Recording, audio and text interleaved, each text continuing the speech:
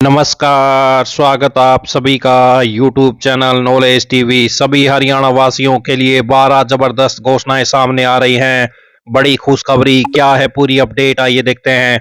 हरियाणा की हर छोटी से बड़ी योजना, घोषणा, आदेश, निर्णय, मौसम सभी की जानकारी एक ही वीडियो में मिलने वाली है, तो चैनल को सब्सक्राइब जरूर कर लें। तो चलिए देखते हैं सभी हरियाणा वासियों के लिए 12 बड़ी खबरें, घोषणा, ऐलान। पहली बड़ी घोषणा, हरियाणा सरकार के अस्थायी कर्मचारियों के लिए बड़ी खबर। सर्विस सिक्योरिटी एक्ट का लाभ देने के लिए पोर्टल पर आवेदन करने के लिए समय बढ़ सकता है। मुख्यमंत्री नायब सैनी इस पर गंभीरता से विचार कर रहे हैं। पोर्टल पर आवेदन करने के लिए 31 जनवरी 2026 की तारीख तय है, मगर पोर्टल पर अभी तक लगभग 40,000 कर्मचारी ही आवेदन कर पाए हैं।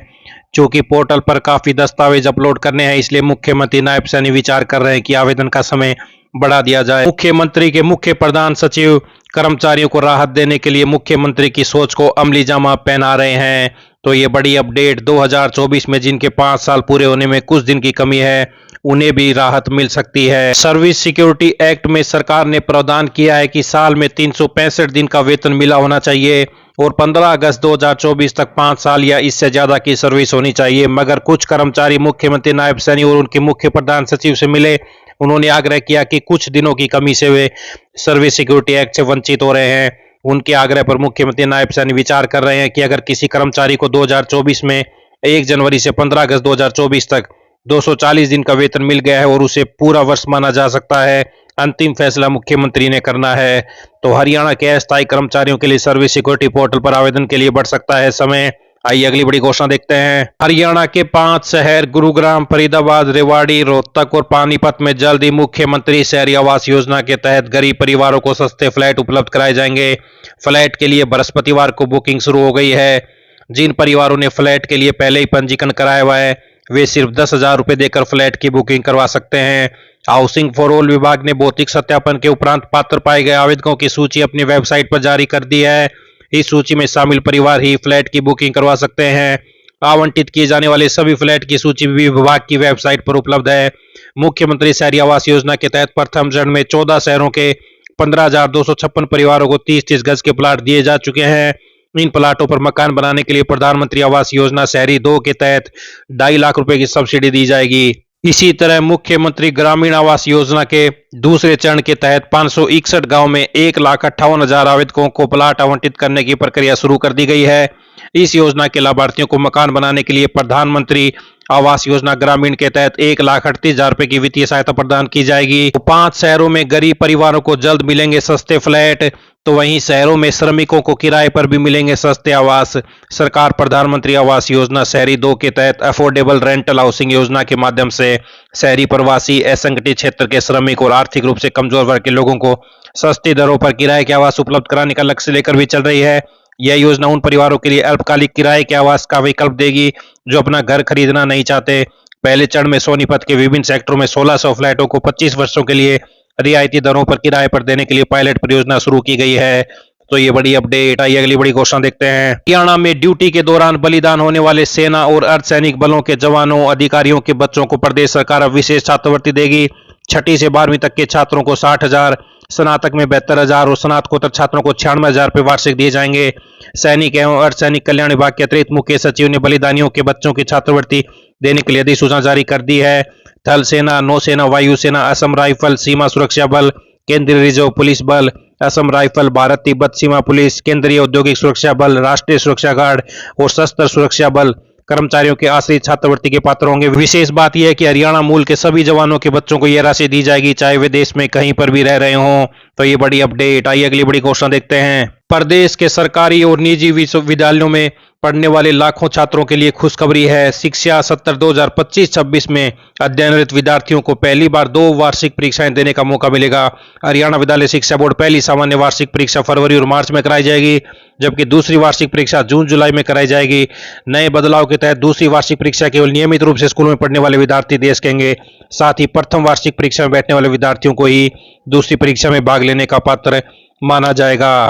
तो वहीं अप्रियाय कारण गंभीर बीमारी, चोट, खेल और सांस्कृतिक प्रतियोगिता में भाग लेने वाले विद्यार्थी यदि प्रथम वार्षिक परीक्षा में नहीं बैठ सके तो उनको शिक्षा बोर्ड द्वारा निर्धारित फीस का भुगतान करने पर ही दूसरी परीक्षा में बैठने का मौका दिया जाएगा। बड़ी अपडेट, मौजूदा शिक्षा सत्र से हरियाणा विद्यालय शिक्षा बोर्ड की 2 वार्षिक परीक्षाएं होंगी। तो ये बड़ी खुशखबरी छात्रों के लिए आई। अगली बड़ी घोषणा देखते हैं। बात करते हैं हरियाणा मौसम की। हरियाणा में 31 जनवरी को मौसम विभाग के अनुसार दक्षिण हरियाणा के कुछ जिलों में बारिश होगी। 1 फरवरी को पूरे राज्य में मौसम सक्रिय होगा और अधिकतर इलाकों में बारिश के साथ ओलावृष्टि हो सकती है। तो प्रदेश के 16 जिलों में घना कोहरा छाया रहा। 31 को बारिश हो सकती है, 1 को ओलावृष्टि का अलर्ट। आइए अगली बड़ी घोषणा देखते हैं। चिराग योजना के तहत मान्यता प्राप्त निजी स्कूलों में एडमिशन के लिए शिक्षा विभाग ने शेड्यूल जारी कर दिया है। इसके तहत जो भी निजी स्कूल एडमिशन के लिए सहमति देना चाहता है वह 29 जनवरी से 15 फरवरी तक सहमति दे सकता है। 10 मार्च तक स्कूल को 6ठी से 12वीं कक्षा तक सीटों का विवरण देना होगा। विद्यार्थी 13 मार्च से 30 मार्च तक एडमिशन के लिए आवेदन कर सकेंगे। 1 से 5 अप्रैल के बीच ड्रा निकाले जाएंगे, जबकि 1 से 15 अप्रैल तक दाखिले होंगे। यदि इस अवधि में विद्यार्थी एडमिशन नहीं लेते हैं तो प्रतीक्षा सूची वाले विद्यार्थी दाखिला ले सकेंगे। स्कूलों को दाखिले का विवरण 1 से 30 अप्रैल तक दर्ज कराना होगा। तो चिराग योजना में विद्यार्थी निजी स्कूलों में 13 से 30 मार्च तक आवेदन कर सकते हैं। आइए अगली बड़ी घोषणा देखते हैं। चांदी की कीमत 4 लाख रुपए प्रति किलोग्राम के पार पहुंच गई है, जबकि सोना 1,83,000 रुपए प्रति 10 ग्राम के नए शिखर पर पहुंच गया है। चांदी 4,04,500 रुपए प्रति किलोग्राम पर पहुंच गई है, तो वहीं सोना 1,85,552 रुपए प्रति 10 ग्राम पर पहुंच गया है। आइए अगली बड़ी घोषणा देखते हैं। हरियाणा में फार्मासिस्टों के संशोधित भर्ती नियम तैयार हो गए हैं। संशोधित नियमों में 6 महीने की अनिवार्य ट्रेनिंग का क्लोज हटा दिया गया है। अब फार्मा के विद्यार्थियों को ट्रेनिंग के लिए बाध्य नहीं किया जाएगा। विभाग ने संशोधित नियमों को मुख्यमंत्री के पास भेज दिया है। तो फार्मासिस्ट के संशोधित भर्ती नियम तैयार, जल्द मिल सकती है मंजूरी। 6 महीने की ट्रेनिंग का क्लोज हटाया गया। अनिवार्य ट्रेनिंग के कारण भर्ती लटकी थी। 2021 के बाद नहीं हुई भर्ती। कई पीएचसी व सीएचसी सेंटर फार्मासिस्ट ही नहीं है। आइए अगली बड़ी घोषणा देखते हैं। प्रदेश में 450 मेडिकल ऑफिसर के लिए शुरू की गई भर्ती प्रक्रिया को जबरदस्त रिस्पॉन्स मिला है। इन पदों के लिए 12,000 एमबीबीएस स्नातक और अंतिम वर्ष के विद्यार्थियों ने आवेदन किया है। 2024-25 की तुलना में आवेदकों की संख्या लगभग 50% बढ़ गई है। तो डॉक्टरों के 450 पदों के लिए 12,000 आवेदन। पीजीआई कराएगा 15 फरवरी को लिखित परीक्षा। मेरिट के आधार पर होगी नियुक्ति, नहीं देना होगा साक्षात्कार। आइए अगली बड़ी घोषणा देखते हैं। हरियाणा में नियम 134A के तहत गरीब बच्चों को निःशुल्क पढ़ा रहे निजी स्कूलों को फीस की प्रतिपूर्ति से पहले उनकी मान्यता जांची जाएगी।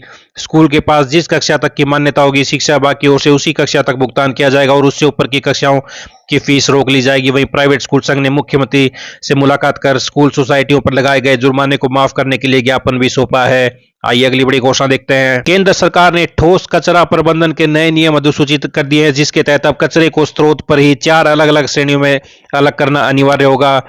गीला कचरा, रसोई का कचरा, सब्जी और फलों के छिलके। सूखा कचरा प्लास्टिक, कागज, धातु, कांच, लकड़ी, रबड़ आदि सूखे कचरे में आएंगे। सैनिटरी कचरा, इस्तेमाल किए गए diaper, sanitary napkin, tissue, mask, टेफोन आदि को सुरक्षित लपेटकर अलग रखा जाएगा।